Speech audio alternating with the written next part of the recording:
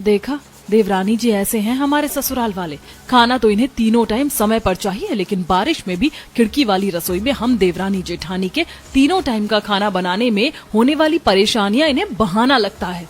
वो दोनों बर्तन और रसोई साफ करके अपने अपने कमरों में आराम करने चली जाती हैं।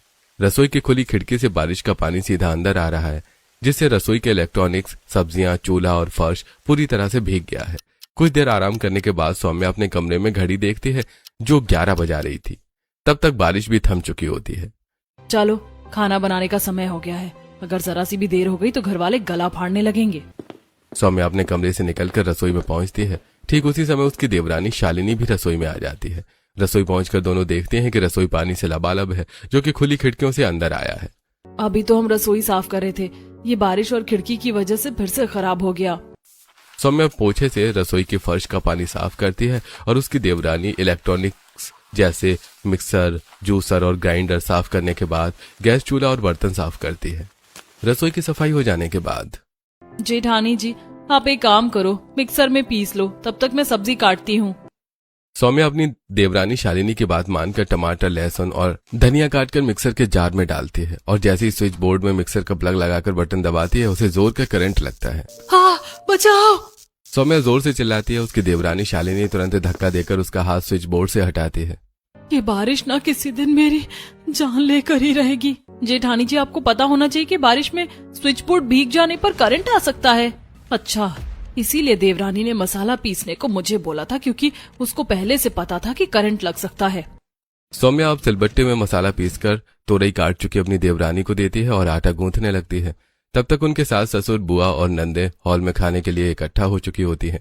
कुछ देर बाद दोनों देवरानी जेठानी रसोई से सब्जी, रोटी, दाल और चावल लाकर सबको सर्व करती हैं। देखो, आज मुझे किचन में करंट लग गया, वो भी खुली खिड़कियों से पानी आने की वजह से।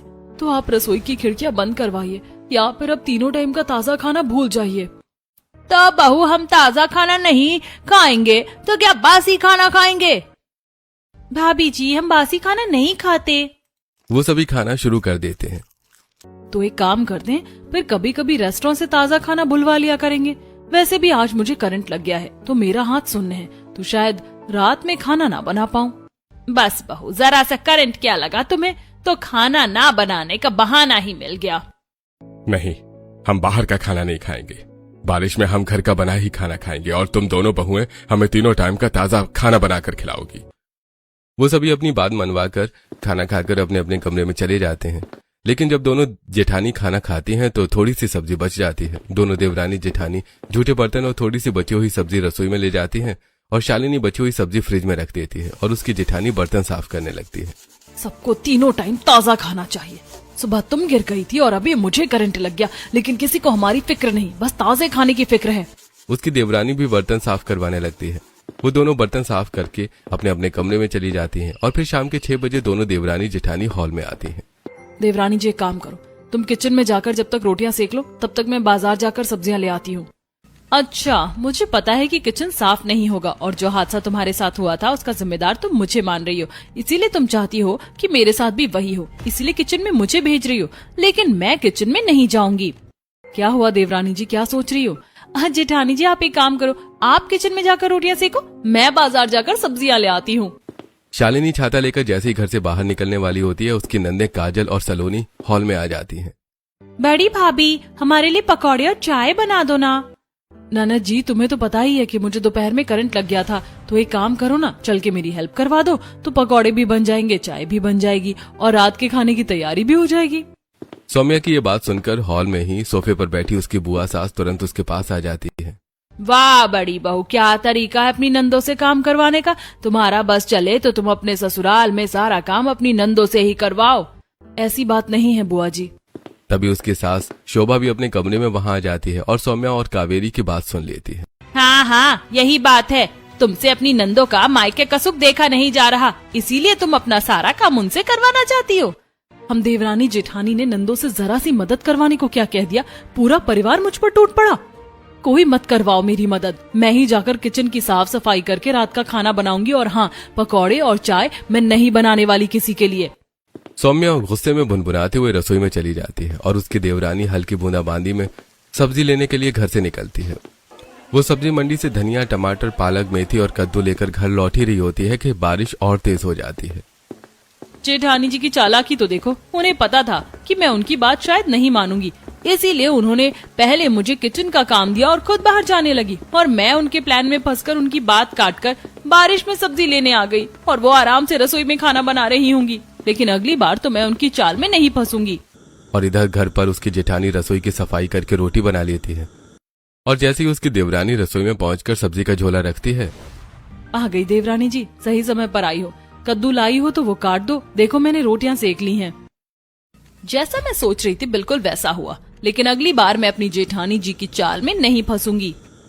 शालिनी तुरंत कद्दू निकालकर छीलने लगती है। तभी उन दोनों के पति ऑफिस से आते हैं और रसोई में जाकर शालिनी को कद्दू छीलकर काटते हुए देखते हैं। आज कद्दू की सब्जी बन रही है। हम कद्दू नहीं खाने वाले। नखरे मत दिखाओ, जो बन रहा है चुपचाप खा लो, और अगर तुम्हें अपनी मर्जी का खाना है तो पहले हमारी मर्जी का करो। भाभी जी बस बस, अब रसोई की खुली हुई खिड़कियों को लेकर मत बैठ जाना, हम वैसे ही थके हुए हैं। वो दोनों वहां से अपने अपने कमरे में चले जाते हैं। उनके जाने के बाद शालिनी कद्दू की सब्जी बनाकर फ्रिज से दोपहर की सब्जी निकालती है। ये बासी सब्जी किस लिए निकाल रही हो? देखो, आपने ससुराल वालों को ढंग से बासी सब्जी खिलाई नहीं होगी, इसीलिए उन्होंने खाई नहीं। अब देखो मैं कैसे खिलाती हूँ। शालिनी दोपहर की बची हुई सब्जी को अच्छे से गर्म करती है, उसमें ऊपर से ताजा हरा धनिया डालती है और अपनी जेठानी के साथ हॉल में ले जाकर कद्दू की सब्जी और रोटी के साथ अपने ससुर भास्कर की थाली में परोस देती है। उसकी सास शोभा की नजर तुरंत उस पर पड़ती है। क्या बहू, दोपहर की सब्जी फिर से सर्व कर दी? मम्मी जी, मैंने सब्जी अच्छे से गर्म की है, इसमें मसाले डाले हैं, धनिया डाली है, देखो पहले से ज्यादा टेस्टी बनी है। बहू, बासी सब्जी को चाहे जितना गरम करो, चाहे जितने मसाले डालो, वो बासी ही होती है। और तुम्हें पता होना चाहिए कि तुम्हारे ससुराल वाले बासी सब्जी नहीं खाते, तो तुम इसे साइड में रख दो। मजबूरन शालिनी वो सब्जी हटाकर कद्दू की सब्जी और रोटी सभी को सर्व करती है। खाना खाने के बाद सब अपने कमरों में चले जाते हैं और दोनों देवरानी जेठानी बर्तन साफ करने के लिए रसोई में रुक जाती हैं। बर्तन साफ करके दोनों अपने अपने कमरों में जाती हैं। जैसे ही सौम्या अपने कमरे में एंटर होती है, बेड पर बैठा उसका पति उसे देखता है और मैं कब से तुम्हारा इंतजार कर रहा था, तुमने काफी देर लगा दी आने में। हाँ, क्योंकि मैं खुली हुई खिड़कियों वाली रसोई से अपनी किस्मत को कोस रही थी। तुम हर बात पर भड़क क्यों रही हो? भड़कू ना तो क्या करूँ, देवरानी जी बड़ी चालाकी से अपना काम मुझसे निकलवा लेती हैं। उसी समय उसकी देवरानी शालिनी के कमरे में उसका देवर भी लगभग यही बातें बोलता है और शालिनी भी उसे ऐसे ही जवाब देती है। मेरी जेठानी ने चालाकी से मुझे बारिश में बाहर भेजकर खुद रसोई में रोटियां सेक रही थी। अभी तो वो यहाँ नहीं है ना, अभी तुम आराम से सो जाओ, अपना गुस्सा कल निकाल लेना। अपने अपने मन की भड़ास निकालकर दोनों देवरानी जेठानी अपने अपने कमरे में सो जाती हैं। इसी गलतफहमी की वजह से अगली सुबह दोनों देवरानी जेठानी एक दूसरे से बात किए बिना अपना अपना काम करने लगती हैं। शालिनी चुपचाप पालक काटने लगती है और उसकी जेठानी सौम्या गैस पर कुकर में चावल पकने के लिए रखती है। तभी अपने कमरे से अजय आवाज लगाता है, अरे मेरी शर्ट नहीं मिल रही है, कहाँ है, ढूंढ दो। एक तो इन्हें अपने कपड़े नहीं मिलते। सौम्या कुकर गैस पर ही छोड़कर कमरे की तरफ चली जाती है। तभी खुली खिड़की से तेज हवा का झोंका आता है, जिस पर गैस की लौ बुझ जाती है और धीरे धीरे गैस पूरे घर में फैलने लगती है। कुछ देर बाद उसकी जेठानी हॉल में अपनी सास को मंदिर में पूजा करते हुए देखकर रसोई में आती है। उसे गैस की तेज बदबू आती है। वो तुरंत गैस की नॉब बंद कर देती है। देवरानी, तुम्हें गैस की बदबू नहीं आई? गैस कब से बंद है? गैस कितनी लीक हो गई है। अरे जेठानी जी, बदबू तो आ रही थी, लेकिन मुझे लगा पता नहीं किस चीज की है। हे भगवान, मम्मी जी। सौम्या रसोई से बाहर हॉल की तरफ भागती है और देखती है कि मंदिर के सामने बैठी उसकी सास शोभा हाथ में माचिस लेकर तीली जलाने ही वाली है। वो झपट्टा मारकर शोभा के हाथ से माचिस छीन लेती है। क्या हुआ बहू, तुमने मेरे हाथ से माचिस क्यों छीनी? मम्मी जी, अगर आप अभी तीली जलाती तो पूरे घर में आग लग जाती। गैस कब से लीक हो रही थी। हॉल में ही बैठी उसकी बुआ सास उसकी बात सुनती है और बहू, तुम्हारी लापरवाही के वजह से आज हमारी जान परवान आई थी। तब तक सौम्या की देवरानी भी रसोई से हॉल में आ जाती है। मेरी लापरवाही की वजह से नहीं, रसोई की खुली हुई खिड़कियों और आप सबकी अनसुनी की वजह से। मैं कब से बोल रही हूँ कि बारिश में रसोई की खुली खिड़की की वजह से हम देवरानी जेठानी को कितनी परेशानी होती है। इनका कोई इलाज करो, लेकिन कोई मेरी बात सुनता ही नहीं। इस हंगामे को सुनकर बाकी के घर वाले भी हॉल में आ जाते हैं। बहू, इतनी छोटी सी समस्या को बढ़ा चढ़ाकर मत बताओ। खिड़कियां जाम हो चुकी हैं। खिड़कियां रिपेयर करवाने के लिए दीवार तोड़वानी पड़ेगी। हाँ बहू, और हम नहीं चाहते कि इस घर में किसी भी तरह की तोड़फोड़ हो। सिर्फ कुछ दिनों की बात है, मैनेज करो। और हाँ, जब तुम्हें पता है कि खुली हुई खिड़कियों से बारिश में क्या क्या समस्या हो सकती, तो उसके लिए पहले से ही तैयार रहना सीखो और अपनी परेशानी के लिए हमें ब्लेम मत करो। परिवार की रूखी बातें सुनकर दोनों देवरानी जेठानी निराश होकर वापस रसोई में चली जाती हैं। जेठानी जी, अगर मुझे बता के जाती तो मैं ध्यान रखती। तुम सब्जी काट रही थी तो मैं तुम्हें एक्स्ट्रा काम और कैसे बता कर जाती। अच्छा, मुझे अब तक लगता था कि आप मुझे अपना काम सौंप रही हो, लेकिन आपकी जो बात अभी मैंने सुनी और हॉल में सबको आपने जो कहा, उससे मुझे समझ में आ गया कि आप अपना काम मुझ पर नहीं सौंपती थी, बल्कि आप खुद मेरी तरह परेशान हो। मुझे बहुत बड़ी गलतफहमी हो गई थी। अब गलतफहमी दूर हो गई है तो हम दोनों मिलकर इस खुली हुई खिड़की की समस्या का समाधान करेंगे। हाँ देवरानी जी, आज ही कुछ करना होगा। इधर रसोई में दोनों देवरानी जेठानी की गलतफहमी दूर हो गई थी और उधर हॉल में उनकी बुआ सास कावेरी उनकी सास शोभा के कान भर रही थी। देखा, तुम्हारी बहुएं घर तोड़ने का कितना अच्छा प्लान बना रही है। पहले खिड़की लगाने की बात कर रही थी, फिर घर में दीवार उठाएंगी, फिर अलग अलग हो जाएंगी। अरे नैना जी, आप चिंता मत करो, मैं भी उनकी सास हूँ, मैं उनकी हर चाल समझती हूँ। मैं उन्हें खिड़की लगाना तो दूर की बात है, कील बिगाड़ने नहीं दूंगी। कुछ देर बाद दोनों देवरानी जेठानी किचन से पालक पनीर, जीरा राइस, रोटी और दाल लाकर सबको परोसती है और बाहर जाने के लिए मोड़ती है। अरे बहू, कहाँ जा रही हो? बारिश में खिड़की वाली रसोई में तीनों टाइम का खाना बनाने में जो हम देवरानी जेठानी को परेशानी होती है, उसका समाधान करने। दोनों देवरानी जेठानी एक साथ घर से बाहर निकलती हैं और शाम तक एक हार्डवेयर की दुकान से टीन और एल शेप के 8 बड़े एंगल खरीद लाती हैं। उनके साथ में आनंद नाम का एक मजदूर भी होता है। वो दोनों घर के बाहर किचन की खुली हुई खिड़की के पास खड़े होकर आनंद को सब समझाती हैं।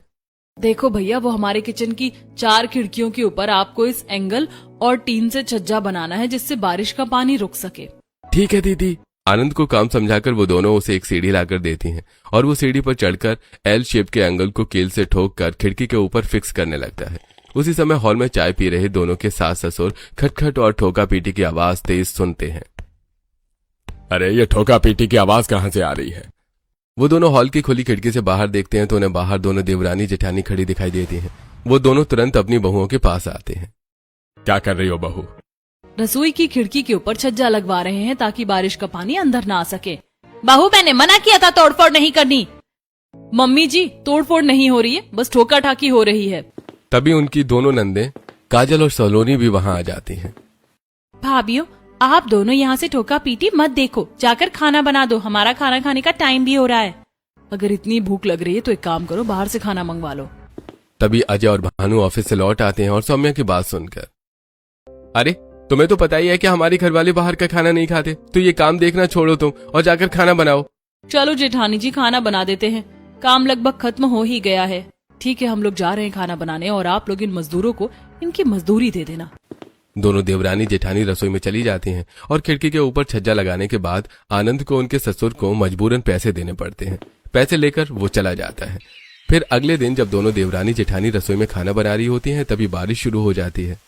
अब तो हमारी समस्या का समाधान हो गया, लेकिन अभी इन्हें बताएं कैसे कि बारिश में रसोई की खिड़की से हमें कितनी परेशानी होती है। जेठानी जी, आपने बाहर से देखा, बुआ जी के कमरे की खिड़की के बाहर पन्नी लगी हुई थी ताकि बारिश का पानी अंदर ना आए। अगर वो खिड़की की पन्नी हट जाए और आज रात बारिश हो जाए तो उन्हें तो पता चल ही जाएगा। सौम्या हंसने लगती है। तभी तेज हवा के साथ पानी के छींटे अंदर आते हैं। अरे यार, हमने इतनी मेहनत की, इतना कुछ किया, लेकिन फिर भी खिड़की से पानी तो अंदर आ ही रहा है। लगता है बुआ जी से पहले हमें ही परेशान होना पड़ेगा। जेठानी जी, पानी अंदर तो आ रहा है, लेकिन पहले के मुकाबले कम है। बातें करती हुई वो दोनों पकौड़े, मलाई कोफ्ता और पराठे बनाकर हॉल में पूरे परिवार को सर्व करते हैं। सब लोग खाना शुरू करते हैं। भाभियों, आज आपकी वजह से मैं पढ़ाई नहीं कर पाई, पूरा दिन खटपट की आवाज होती रही। देखो नाना जी, सिर्फ पढ़ाई करने से काम नहीं चलेगा। हमने भी पढ़ाई की है, लेकिन पढ़ाई के साथ साथ घर गृहस्थी का काम भी सीखा है, तो तुम भी सीख लो। बहू फिर से शुरू हो गई। तुम दोनों को क्या लगता है कि मेरी बेटी ससुराल में जाकर ये सब काम करेगी? बहू, मेरी भतीजी ससुराल में जाकर अफसर बनेगी, अफसर। दोनों देवरानी जेठानी एक दूसरे की तरफ देखती हैं। सारी समस्या की जड़ ये बुआ ही है, यही हमारे सास ससुर के कान भरती हैं। बुआ जी, आज हम देवरानी जेठानी आपको बताती हैं कि हमें परेशान करने का अंजाम क्या होता है। खाना खाने के बाद सभी अपने कमरों में चले जाते हैं। फिर दोनों देवरानी जेठानी रसोई में झूठे बर्तन साफ करके चुपके से छत पर जाती हैं और हल्की बारिश के बीच शालिनी एक बांस का टुकड़ा उठाती है और अपनी बुआ सास कावेरी के कमरे की खिड़की के बाहर लगी पन्नी हटा देती है। जेठानी जी, जल्दी अंदर चलो, नहीं तो हम भीग जाएंगे। जल्दी से बांस को उसकी जगह पर रखकर वो दोनों अपने अपने कमरे में आकर सो जाती हैं। जैसे जैसे रात होती है वैसे वैसे बारिश और तेज होती जाती है और कावेरी के कमरे की खुली खिड़की से बारिश का पानी और ठंडी हवा सीधे अंदर आती है, जिस वजह से कावेरी की नींद खुल जाती है। अरे ये इतनी ठंड कैसे लग रही है। कावेरी उठकर बैठती है और देखती है कि खिड़की से पन्नी गायब है और उसका पूरा बिस्तर और कमरा पानी से भीग गया है। अरे ये खिड़की की पन्नी कहाँ गई और ये पानी पूरा कमरा गीला हो गया। अब मैं क्या करूं, ऐसे तो रात भर मुझे नींद नहीं आएगी। कावेरी रात भर भीगते और ठिठुरते हुए परेशान बैठी रहती है। अगली सुबह दोनों देवरानी जेठानी हॉल में अपने अपने कमरे से रसोई की तरफ जाती हुई हॉल में मिलती हैं। आज रात तो अच्छी बारिश हुई, ना जाने बुआ जी का क्या हाल हुआ होगा अपने कमरे में। वो दोनों रसोई में जाती हैं और देखती हैं कि रसोई का फर्श गीला है, बर्तन गंदे हैं और चूल्हे की हालत भी कुछ ठीक नहीं है। अरे देवरानी जी, बुआ जी का हाल जो भी हो, पहले ये बेहाल हो चुकी रसोई साफ करनी होगी। हाँ, रसोई साफ करने के बाद अधूरे काम को पूरा करना होगा, क्योंकि लगता है छज्जा छोटा है, अब बड़ा टीन लगवाना होगा। शालिनी पीछे से पानी सुखाती और सौम्या सिंक में बर्तन साफ करती है। इसी बीच उनके सास ससुर और नंदे हॉल में आते हैं। कमाल है, आज काफी देर हो गई। ननद जी अपने कमरे से बाहर नहीं निकली। और मम्मी जी अभी तक भाभिया कुछ बनाकर भी नहीं लाई। चलकर देखो सही कि ये क्या कर रही हैं। सास ससुर कावेरी के कमरे में जाते हैं और नंदे रसोई में जाती हैं। कावेरी के कमरे में पहुंचकर वो दोनों देखते हैं कि कावेरी फर्श से पानी साफ कर रही है। अरे दीदी, तुम ये क्या कर रही हो और ये पानी कैसे आया? पता नहीं रात में कैसे खिड़की में लगी पन्नी उड़ गई और रात भर में बारिश के पानी से इस तरह परेशान होती रही। और इधर रसोई में पहुंचकर वो दोनों देवरानी जेठानी को रसोई की सफाई करते हुए देखती हैं। अरे भाभियों, अभी तक तुम रसोई ही साफ कर रही हो, खाना कब बनाओगी? जब रसोई साफ हो जाएगी तब बनेगा खाना, और अगर आपको ज्यादा भूख लगी है तो हमारी मदद करवाओ। तभी कावेरी के कमरे से भास्कर की आवाज आती है। अरे काजल, सलोनी, इधर आओ तो, बुआ के कमरे में देखो क्या हो गया। दोनों नंदे तुरंत बुआ के कमरे में चली जाती हैं और रसोई साफ करने के बाद दोनों देवरानी जेठानी सुबह के खाने में दाल मखनी, चावल, रोटी और मेथी की सब्जी बनाकर हॉल में लाती हैं। तब तक कावेरी का कमरा साफ हो चुका होता है और सभी लोग हॉल में आ चुके होते हैं, दोनों देवरानी जेठानी के पति भी। अरे आज तो मैं रात भर सो नहीं पाई, अगर ऐसा ही रहा तो मैं आगे भी नहीं सो पाऊंगी। दीदी चिंता मत करो, मैं अभी आपके कमरे में दूसरी खिड़की लगवाने का इंतजाम करता हूँ। वाह, इतने दिन से हम देवरानी जेठानी रसोई की खिड़कियां बदलवाने का बोल रही थी तो किसी ने नहीं सुनी, लेकिन बुआ सास के कमरे में जरा सा पानी क्या भर गया, खिड़कियां बदलवाने की बात कर रहे हो। जेठानी जी क्या शिकायत कर रही हो? चलो नहीं तो बारिश आ जाएगी। आज फिर कहाँ जा रही हो तुम? अधूरा काम पूरा करने। खाना परोसकर वो दोनों फिर से हार्डवेयर की दुकान पर जाती हैं और इस बार एक बड़ी लोहे की टीन खरीदती हैं और मजदूर आनंद से रसोई की खिड़की पर पुरानी टीन निकलवाकर वही टीन लगवा रही होती हैं। सीढ़ी पर चढ़ा टीन लगा रहा आनंद। दीदी, जब तक ये खिड़कियां खुली हुई हैं तब तक आपकी समस्या का हल पूरी तरह नहीं हो पाएगा, चाहे जितना बड़ा छज्जा लगवा लो, क्योंकि बारिश के साथ तो आंधी आती ही है और अगर हवा अंदर आएगी तो पानी भी अंदर जा ही सकता है। तो अब क्या करें? जेठानी जी, हमारे सास ससुर तो हमारी बात सुनेंगे नहीं, क्योंकि उन्हें हमारी समस्या लगती ही नहीं। हाँ बिल्कुल सही बात है, जब तक खुद पर ना बीते तब तक दूसरों की समस्याओं पर हंसी ही आती है। तभी सौम्या की नजर सास ससुर के कमरे की खिड़की पर लगे कांचों पर पड़ती है। वो कुछ सोचती है और फिर, भैया नीचे आना तो, 2 मिनट आपसे एक जरूरी काम है। आनंद के नीचे आने पर सौम्या उसे कुछ पैसे देती है और, भैया मेरे सास ससुर के कमरे की खिड़कियों में लगे कांच तोड़ दो। पैसे देकर वो दोनों घर के अंदर आ जाती हैं और आनंद अपना काम करके चला जाता है। उसी रात खाना खाकर शोभा और भास्कर अपने कमरे की खिड़कियों के टूटे कांच को अनदेखा करके सो जाते हैं। आधी रात को अचानक तेज आंधी और बारिश शुरू होती है। बिना कांच की खिड़की से पानी और हवा सीधे कमरे में आती है, जिससे उन दोनों की नींद खुल जाती है। अरे ये खिड़की, ये हवा पानी कैसे आ रहा है? भास्कर लाइट जलाता है और खिड़की की तरफ देखता है। अरे खिड़की का कांच कहाँ है? कांच किसने तोड़ा? बारिश के पानी से पूरा कमरा गीला हो जाता है। वो दोनों रात भर पानी से बचते हुए कोने में खड़े रहने को मजबूर हो जाते हैं। और फिर सुबह होने पर दोनों देवरानी जेठानी जब रसोई में जाती हैं, रसोई में पानी के बस हल्के फुल्के छींटे देखती हैं। खिड़की के छज्जे ने हमारी मेहनत बचा ली। दोनों देवरानी जेठानी प्याज के पकौड़े बनाने की तैयारी करने लगती हैं। तब तक हॉल में उनके सास ससुर, बुआ सास, नंदे और पति आकर बैठ जाते हैं। वो सभी भास्कर और शोभा की लाल आंखें और थका हुआ चेहरा देखते हैं। मम्मी पापा, आप लोग सोई नहीं क्या रात में? अरे पता नहीं किसी ने खिड़की के कांच तोड़ दिए थे, रात भर पानी और हवा अंदर आती रही।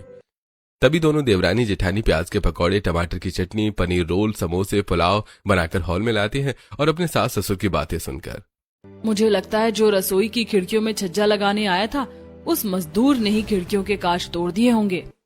इसकी तो मैं मिलने दो उसे। सौम्या अपने ससुर की बात काटते हुए बीच में बोल पड़ती है। अब देखो, उस मजदूर पर